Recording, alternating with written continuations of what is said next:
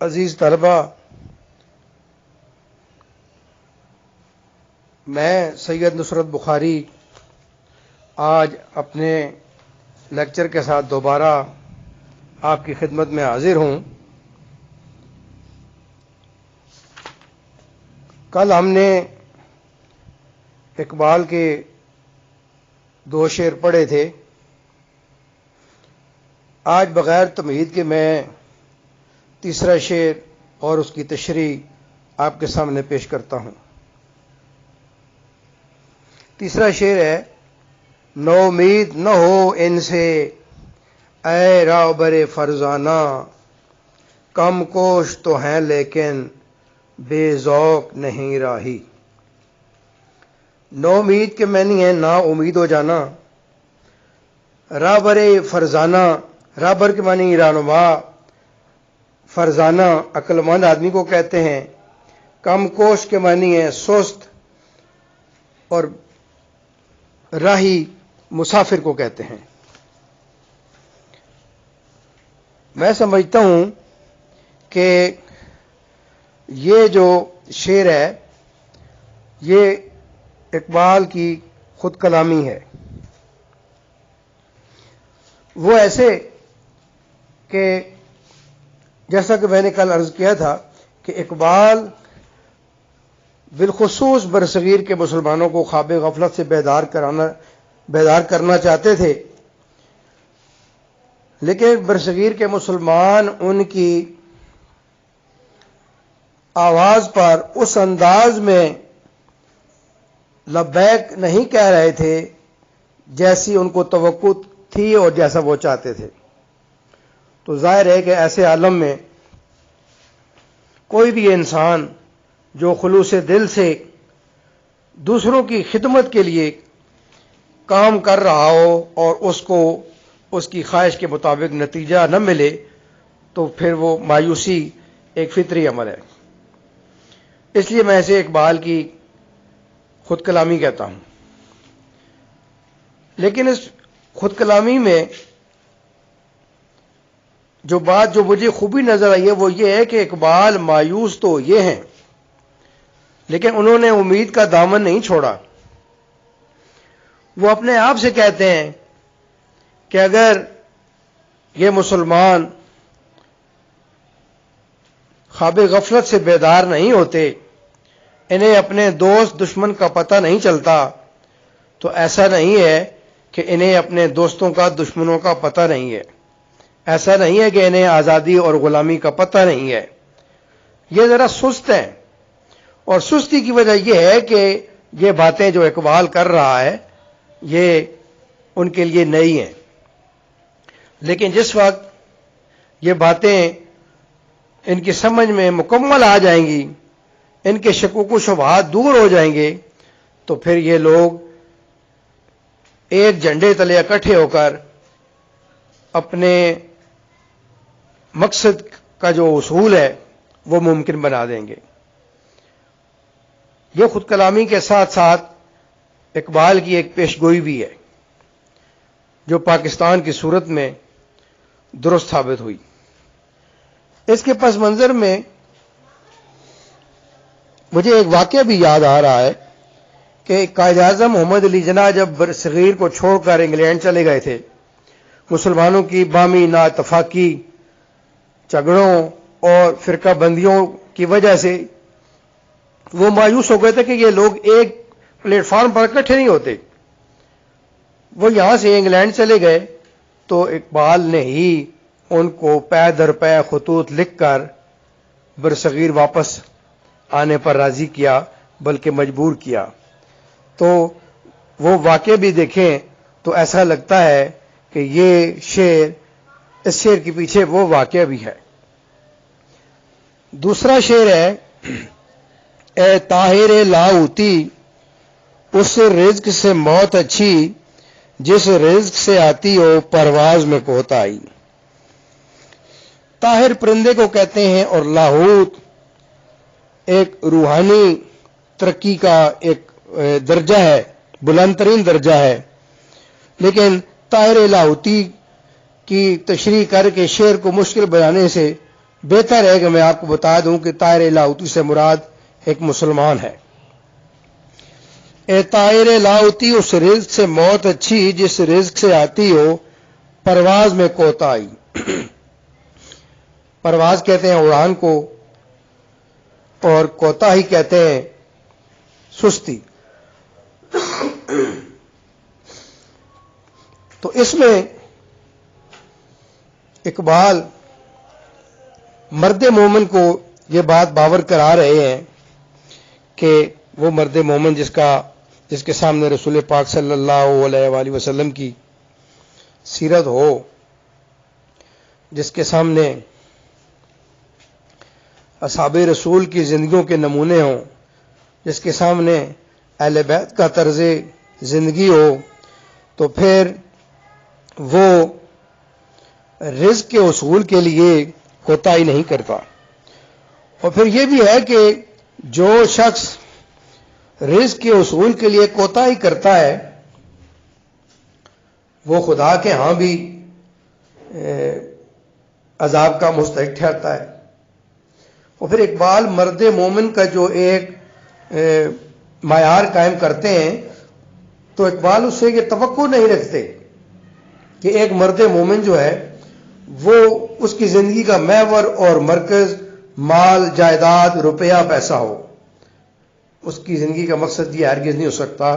اس کی زندگی کا مقصد یہ ہے کہ وہ سیرت رسول پاک صلی اللہ علیہ وآلہ وسلم پر عمل کرے، وہ مال جائیداد بنانے کے بجائے اللہ اس کے رسول کو خوش کرنے کی کوشش کرے۔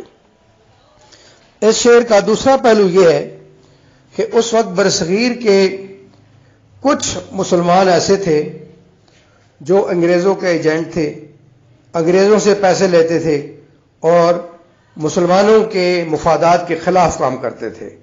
اور ظاہر ہے کہ اس بات کو علامہ اقبال سے بہتر کون سمجھتا ہے کہ آپ تو ایک بار اسمبلی کے، پنجاب اسمبلی کے رکن بھی منتخب ہوئے تھے۔ تو یہاں میں سمجھتا ہوں کہ اقبال ان لوگوں سے بھی مخاطب ہیں کہ آپ اپنے تھوڑے سے مقصد کے حصول کے لیے اپنی قوم، ملت اور اپنے لوگوں کے مفادات کے خلاف کام کرتے ہیں، تو پھر ایسا ہے کہ یہ طرز عمل آپ کے لیے ہمیشہ کی جو بدنامی ہے اس کا سبب بن جائے گا۔ یہ انہیں ایک، میں سمجھتا ہوں ایک سبق دے رہے ہیں، ایک راستہ بتا رہے ہیں کہ اگر آپ چاہتے ہیں کہ، اور جیسا کہ ایک مسلمان کا طرز زندگی ہونا بھی چاہیے کہ آپ مسلمان ہیں تو آپ کے مسلمانوں کے مفادات کو پیش نظر رکھنا چاہیے، اور روپے پیسے کو، لالچ کی بالکل پرواہ نہیں کرنی چاہیے۔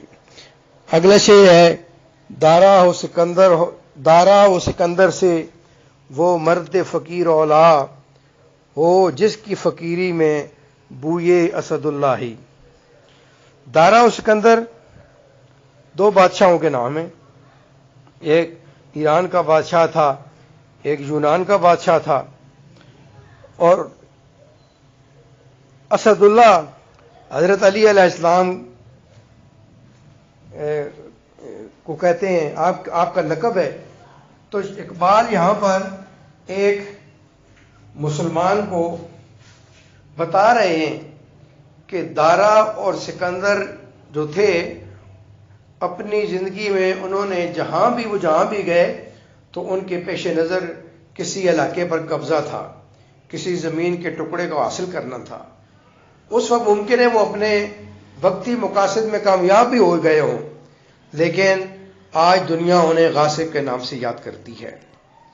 لیکن رسول پاک صلی اللہ علیہ وآلہ وسلم، ان کے اصحاب، ان کے اہل بیت اور ان کے دیگر نام لینے والے جو ہیں، ان کا لوگ نام آج بھی احترام سے لیتے ہیں۔ تو اقبال یہاں پر کہتے ہیں کہ اگر کوئی آدمی درویش بھی ہے، اگر اس کے پاس مال دولت بظاہر نہیں بھی ہے، تو وہ دارا و سکندر سے بہتر ہے، اس لیے کہ وہ زمین کے ٹکڑے کی بجائے لوگوں کے دلوں پر حکومت کرتا ہے۔ اور یہی رسول پاک صلی اللہ علیہ وسلم کا اسوہ بھی ہے کہ آپ نے کبھی، جیسا کہ یورپ کہتا ہے کہ اسلام تلوار کے زور سے پھیلا ہے، ایسا ہرگز نہیں ہے۔ آپ نے دلوں کو فتح کیا، دل فتح ہو جائیں تو زمینیں ملک خود بخود زیر نگی آ جاتے ہیں۔ اگلا جو ہمارا شعر ہے کہ آئین جواں مرداں حق گوئی و بے باکی، آئین جواں مرداں حق گوئی و بے باکی، اللہ کے شعروں کو آتی نہیں روباہی۔ یہ شعر ہماری جو اسلامی تعلیمات ہیں ان کے تو عین مطابق ہے۔ میں نے کل بھی آپ کو بتایا تھا کہ اقبال کی شاعری جو ہے وہ زیادہ تر قرآن کی آیات کی تفسیر ہے، حدیث کی تشریح ہے۔ تو میں سمجھتا ہوں اس میں جو اقبال ایک تلقین کرتے ہیں کہ ایک بہادر آدمی وہ ہوتا ہے جو اگر سچ بولنے کا وقت آ جائے تو اپنے سچ پر ڈٹ جاتا ہے۔ وہ حکمرانوں سے نہیں ڈرتا، وہ لوگوں سے نہیں ڈرتا، وہ مشکلات سے نہیں ڈرتا۔ یہ ہمارے رسول کی سیرت بھی ہے، ہمیں ان پر عمل کرنا چاہیے۔ رسول پاک صلی اللہ علیہ وآلہ وسلم کے پاس جب کفار مکہ گئے تھے کہ آپ جتنی دولت چاہتے ہیں ہم آپ کو دے دیتے ہیں، آپ جس خاتون سے چاہتے ہیں آپ کی شادی کرا دیتے ہیں، آپ حکمران بننا چاہتے ہیں ہم آپ کو حکمران بنا دیتے ہیں۔ لیکن آپ صلی اللہ علیہ وآلہ وسلم نے یہی کہا کہ اگر میرے ایک ہاتھ پر سورج اور دوسرے پر چاند بھی رکھ دیا جائے تو میں حق بات کہنے سے باز نہیں آؤں گا۔ تو اللہ کے جو نیک بندے ہوتے ہیں وہ کوئی چالاکی نہیں دکھاتے، انہیں دنیا کے سامنے نہیں اللہ کے سامنے سرخرو ہونا ہوتا ہے۔ تو جو کہ رسول پاک صلی اللہ علیہ وآلہ وسلم کے سامنے بھی اللہ کی رضا تھی، اس لیے انہوں نے ہمیشہ حق کا ساتھ دیا اور سچ بولنے کی تلقین کی۔ اور بعض لوگ جو آیات اور حدیث سے ان کو توڑ موڑ کر اپنے مطلب کے مقاصد نکال لیتے ہیں، یہاں ان لوگوں کی نفی کی گئی ہے۔ تو ایسا جب بھی کبھی ایسا موقع ملے، کوئی موقع آ جائے تو اسے امتحان سمجھ کر اس مرحلے سے گزر جانا چاہیے اور حق کی گواہی دینی چاہیے، حق بات کہنی چاہیے۔ یہ تو ہماری قرآن کی تعلیمات ہے۔ قرآن میں لکھا ہوا ہے کہ گواہی مت چھپاؤ۔ ہم دیکھتے ہیں کہ گواہی اگر اپنے کے خلاف دینی پڑ جائے تو ہم ہر حد کراس کر جاتے ہیں، جھوٹ پہ جھوٹ بولتے رہتے ہیں، اور جب ایک جھوٹ بولتے ہیں تو پھر اس جھوٹ کو چھپانے کے لیے 100 جھوٹ بولنے پڑتے ہیں، لیکن ہم یہ گناہ کرتے رہتے ہیں۔ تو بہرحال اقبال خود بھی ان کی زندگی کا یہی طریقہ کار تھا، وہ مسلمانوں کو بھی یہی تلقین کر رہے ہیں۔ تو یہ میں سمجھتا ہوں کہ ہم سب کو اقبال کے شعر کے مصداق ہے تو وہ ہماری اسلامی تعلیمات ہیں۔ ہمیں اپنی زندگی کا ان تعلیمات کو بھی اور اقبال کا جو ہماری اسلامی تعلیمات ہیں ان کے مطابق بھی ہمیں اپنی زندگی گزارنی چاہیے۔ اور یہی اقبال کی شاعری کا جو مقصد بھی ہے وہ آپ کے سامنے بھی اسی لیے پیش کی جاتی ہے کہ جہاں تک ممکن ہو سکے ہم ان تعلیمات کو اپنی زندگی کا حصہ بنائیں۔